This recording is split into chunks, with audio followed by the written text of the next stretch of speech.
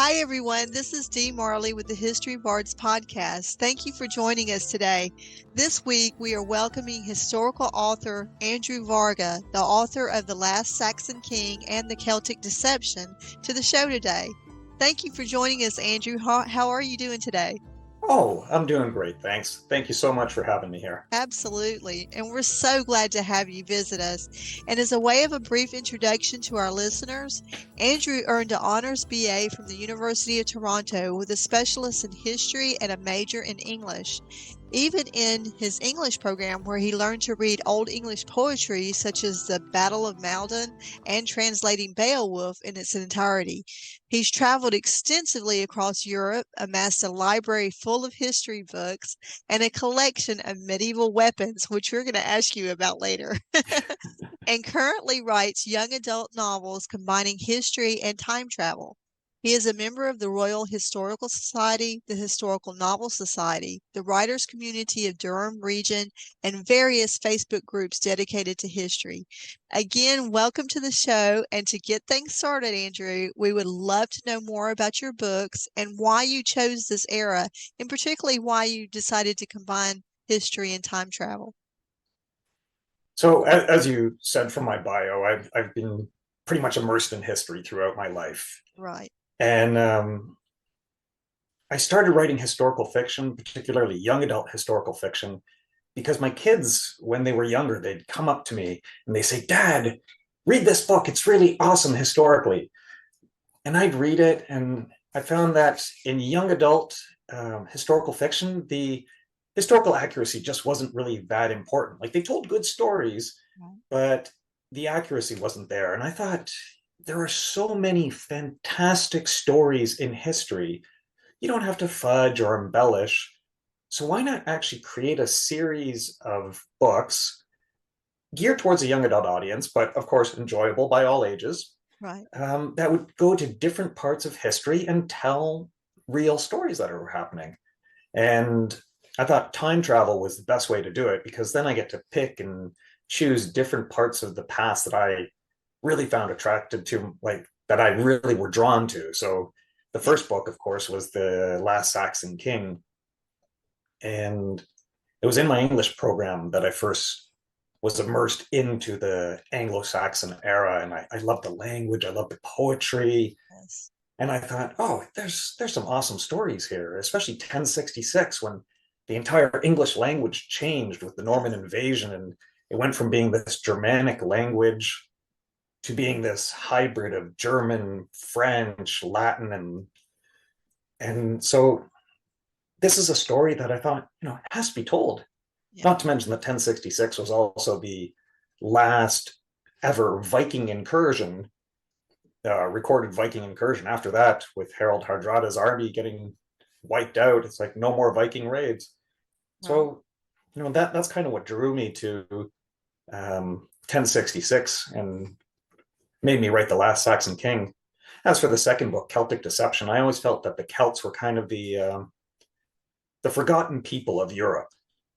Um, there's so little that is written about them, and everything that is written about them is always from the outsider side. So we have things like Caesar's conquest of Gaul or the Gallic Wars, Right. where there it's just him talking about his victories and how he's defeating this tribe after another and defeating them with ridiculous losses on the Celtic side. So entire villages being wiped out and sold into slavery.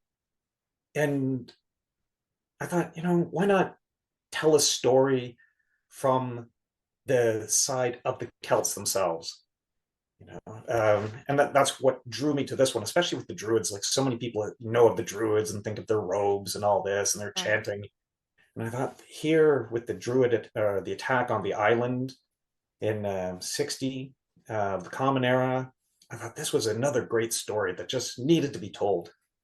Yeah. So every book of mine just has a story that I feel needs to be told. Oh, that's amazing. And I really appreciate the fact that you chose to do it for young adult readers, because I have to tell you, so we were at the Nashville Book Fair this past weekend, and I cannot tell you how many young adults and young, like, between I even had a 10-year-old little boy come in, and he was so fascinated with historical fiction. And I made the comment of how that we needed to do more Yeah. in that era, because it really does it really is a good thing for it. It's a way for young adults and kids to learn about history in an entertaining way, and to be able to do it in a way that's accurate, like you were talking about. Because so I really appreciate that you do that, and that you did it because of your own kids. I think Yeah, well, that's great. exactly. I thought the best way to even get modern kids inspired to Yeah, read the books is by having my protagonist being a modern teen. So yeah, the, the reader can follow his own, like Dan's own struggles as he lands in this strange world and has to suddenly survive and thrive. yeah. That's amazing. So I read in your bio too that you had an interest because of, was it your mother who told you about your Yeah, ancestry? she way back when I was a kid, she did not know what fire she set under me when she said that um, the family originated way back in history from Sweden. And now this is where she and I differ. So I was about 8 or 7 at the time, and she said we might be descended from Vikings, but I only heard Vikings. We're from Vikings.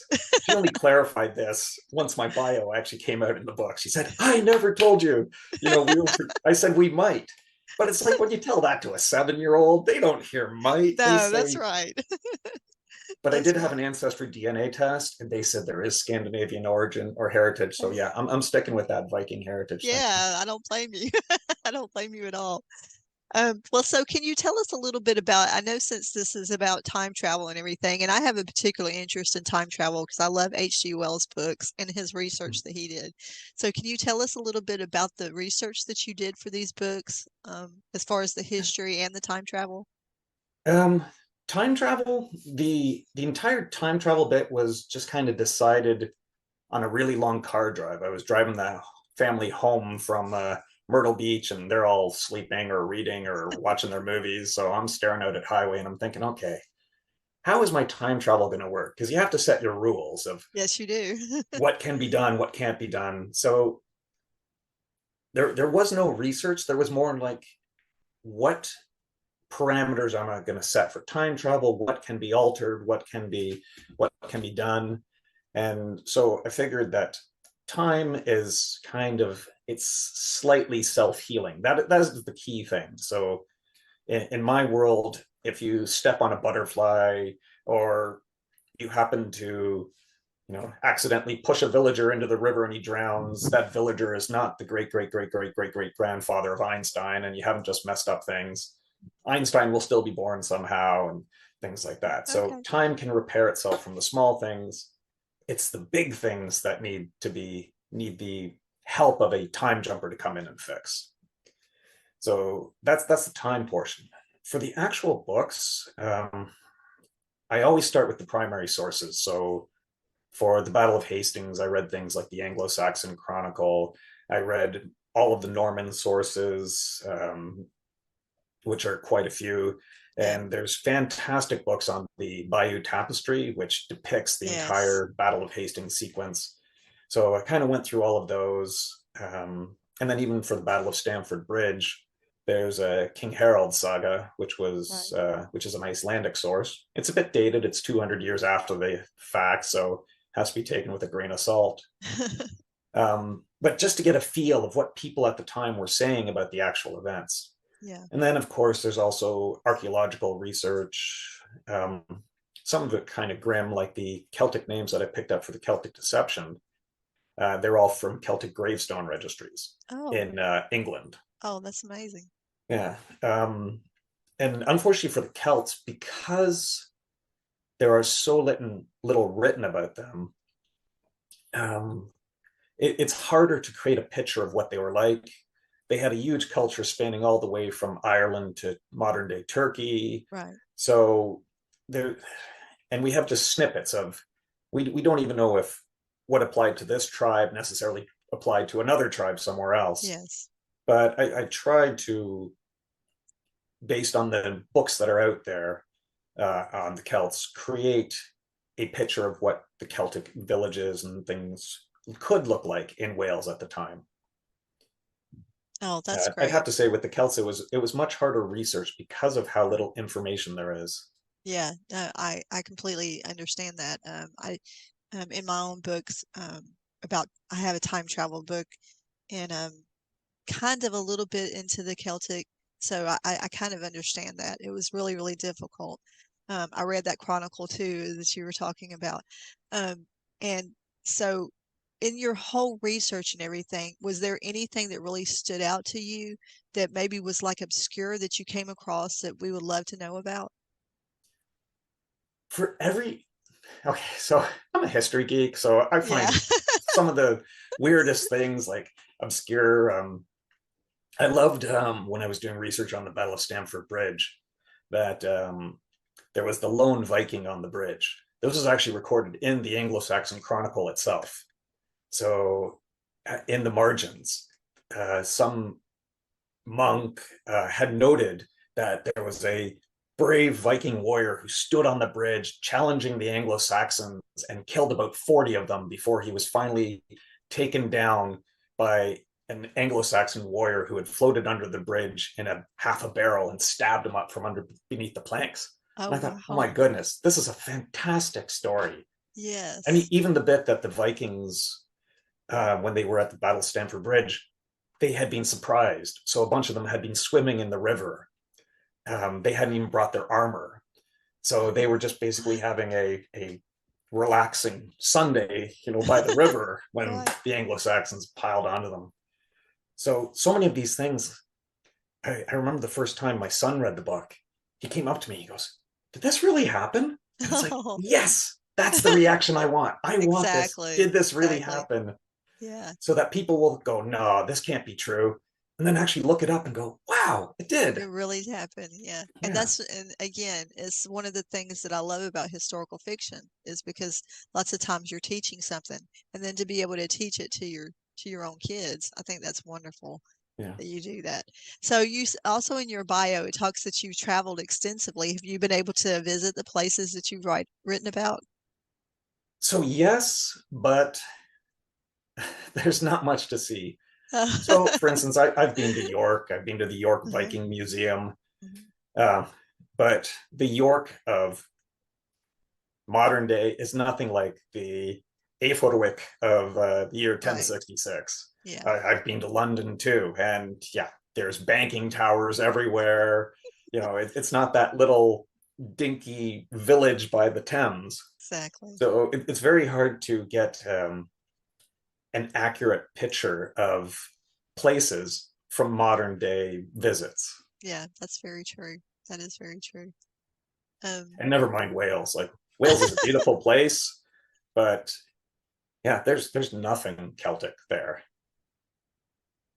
You see forest, trees, maybe the odd burial mound. uh-huh. Yeah.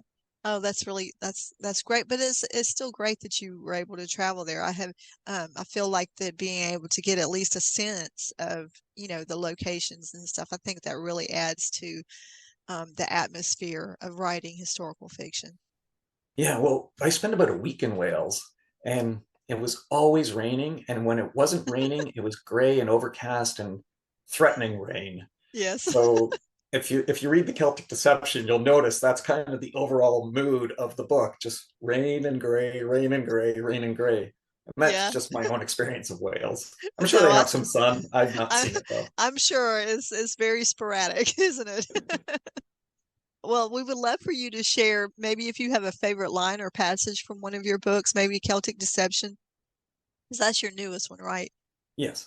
Yeah. So if do you Um, have a favorite line or passage you'd like to share with us? I actually really like the end. Um, And you're going to share it with everyone. I will share. Oh no, no, Okay. just the very last Okay. paragraph. Um, I looked out the window with the coast of the Welsh mainland just visible through the gaps between the building and the trees. Somewhere out there, Otto had lived. He had fought the Romans, won, and hopefully spent the rest of his life in peace with his family. I raise my cup and salute. Here's to you, Otto, my friend, and to doing the impossible. Oh yeah. That's it. No, that's I just always great. like the ending. Yeah, that is great. Well, thank you for sharing with that with us. And just on a side note, a lot of authors have like different feelings about reviews. How do you feel about reviews? And is there any reviews that really stand out to you that you could share with the listeners? So reviews, I found when my books were first on NetGalley that reviews were, I was pretty much refreshing the page every hour just to Yeah. see what they say now, what they say now. And then I started to realize that it wasn't good for my mental health. Yeah. Um, the great reviews made me feel fantastic. Yay, I'm king of the world. The negative reviews always filled me with self-doubt or, anger towards the reviewer. And I thought, you know what, I don't need this for myself. Every now and then I might, like once a month, just happen to look, oh, is there anything of particular interest? But when it comes to things like NetGalley, Goodreads, Amazon, I try not to read them. Um, that being said, there was my first ever review was for Last Saxon King, and it was on NetGalley. So this was me, brand new author, book just out. And I remember the very first line was, "Be still, my beating heart. This book is fantastic." Oh, that's wonderful. And it's like 5-star. And it's like, yes, okay, people do like it. Yeah. Now, of course, there were later not so wonderful reviews, but that first review just made me feel so good. It's like, okay, because sending a book that I worked so hard on out into the world, Yeah. it's scary. It is Like, I scary. think it's great, and people tell me it's great, but they're my family. They're supposed to. So I wanted to hear what the real world actually thought. And it's like, okay, all right, they do like it. I did something good. Yeah. Um, And that's really it does it is a learning. It's about learning as well as an author, because again, and having to learn that about bad reviews or less than good reviews, maybe it's yeah, just kind of in the middle or whatever. Trying to learn as you go along, and it's really hard for whenever you're first starting out, isn't it? yeah, to just kind of step away and say, okay, Yeah. I, I I'm I've read my reviews. Now I'm just gonna stand back and just focus on something else. It's more important to focus on writing the next book instead Yes. of reading the reviews of the current book. That's exactly right. And lots of times we get advice, you know, from different people, and looking at our reviews, trying to learn and everything. So what advice would you give your younger self? Like, which one might help other young writers starting out in historical fiction? My younger self was cocky, thought he knew everything, um, thought he was a phenomenal writer. He wasn't. He needed to learn from a lot of people. Um, there's so much to learn about writing. Just because we all have the ability to speak, we all have the ability to put words to paper or to a machine, doesn't mean we're good writers. There's a lot of effort and practice that it takes to actually, before you can become a good writer. And I had to learn that lesson the hard way.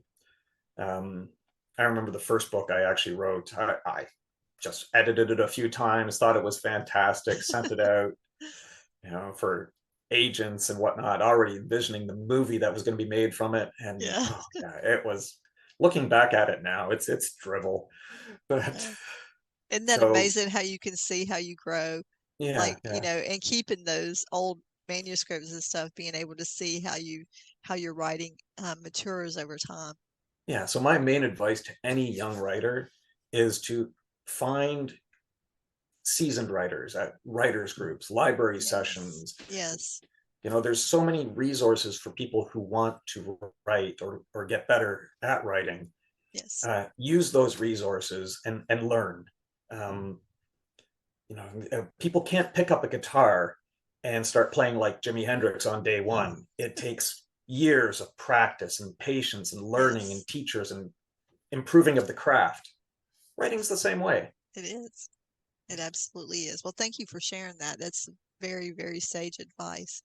So, do you have a particular like well, let me ask you this first, since we're talking about advice. So, was there any particular advice that just kind of resonates with you that you were like, during your writing journey that stuck with you over the time?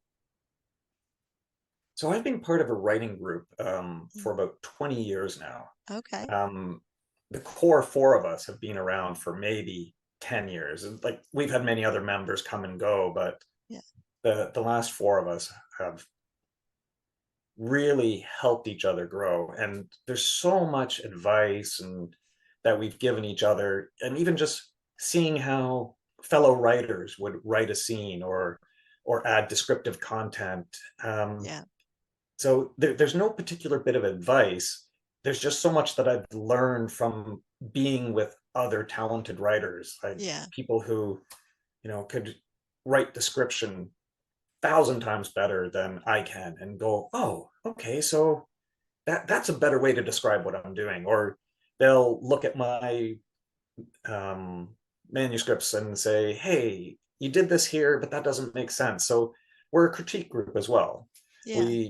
We kind of tear each other down to build each other back up. Yeah. And I think And those are very vital yeah, for young. It's vital no matter what point you are in your writing to have that. yeah, but some people have writing groups which almost seem like they just are mutual pat on the back societies. That Yeah. that is not a that's not helpful to No, growth. it's not. Yeah, you need people who you trust enough to be able to look at your work, say, this doesn't work for me, this doesn't gel, this doesn't flow, and then help you understand why it doesn't work and how to improve it. And you also Exactly. have to be able to accept the criticism and go, okay, I thought it was great, my writing group doesn't, so it clearly isn't. All right, I need to fix it. Yes. I absolutely agree with you 100%. I think that's very, very valuable to any writer to have that. It's great that you have that. Oh yeah, yeah. It's Yeah. I'm so thankful for the group that I am part of, because they've helped me grow so much over the years. And that would be my big advice to any writer: find a group, like Yes. find other writers who can help you grow. Yeah. I absolutely agree with that. So, let me ask you this. So, we love to ask this question because it tells a little bit about you as a person. Is there any particular saying that you like to live by in your life? So my wife hates this. I actually have it tattooed in. Okay. It's an Old Norse saying, Uh-huh. and it's actually tattooed on my upper arm in runes. And it comes from the Halvamal, which is the sayings of the High One in Norse mythology. The English translation is basically cattle die, kindred die, no man lasts forever. Um, but that there is one thing that never dies: the good name a man leaves behind. Yeah. So that kind of says a lot about me. First, it's an homage to my ancestry. Um, it's also actually wrapped around a dragon, because I believe dragons are single symbols of power. But I also think it's a great philosophy. Like, none of us are here forever, so why not do things when we can, and also make sure at the end we do good. Leave a good name behind. Yeah. And that's biblical as well, Yeah. about leaving a good name behind. So, and that's a wonderful thing to live by. And all of that goes right along with your Viking heritage, doesn't it? Exactly. Yeah, absolutely. Well, we would love to know a little bit more about, so what do you have coming up? Do you have any events or book signings that our listeners would like to know about?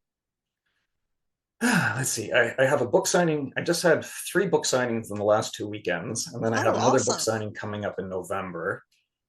Um, Event wise, the Last Saxon King was actually nominated for the Red Maple Award. The Red Oh, Maple Award is great. there's the Forester Reading Program, which is a huge reading program across Ontario. I'm Canadian, and it has like 250,000 to 300,000 students participating.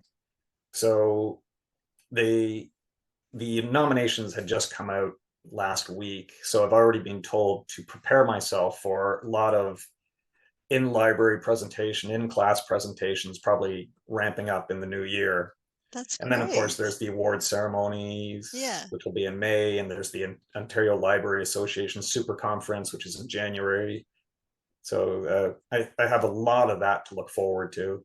And then the third book in the series, The Mongol Ascension, which, spoiler alert, goes to Mongolia, Yeah. comes out next September as well. Oh, that's wonderful to know. So we'll be sure and make sure in the descriptions we'll put some of that um, in the description so our listeners can know what to look for in the Oh, next great. coming year. And if you could send us some of the links to maybe some of the events that you're going to be at, the book signings, maybe if anybody's in the area, they could come by and get a signed book from you.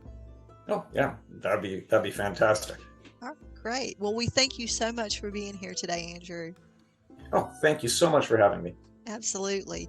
And to all of our listeners, we thank you and ask that you please click that subscribe button.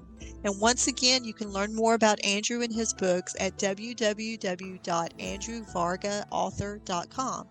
We hope everyone enjoyed today's episode. Tune in to next week's show when we'll interview a new historical fiction author, and don't forget to check out our book trailer channel. This is Dee Marley with the History Bards podcast. Thank you for listening, and as always, keep making history and keep listening.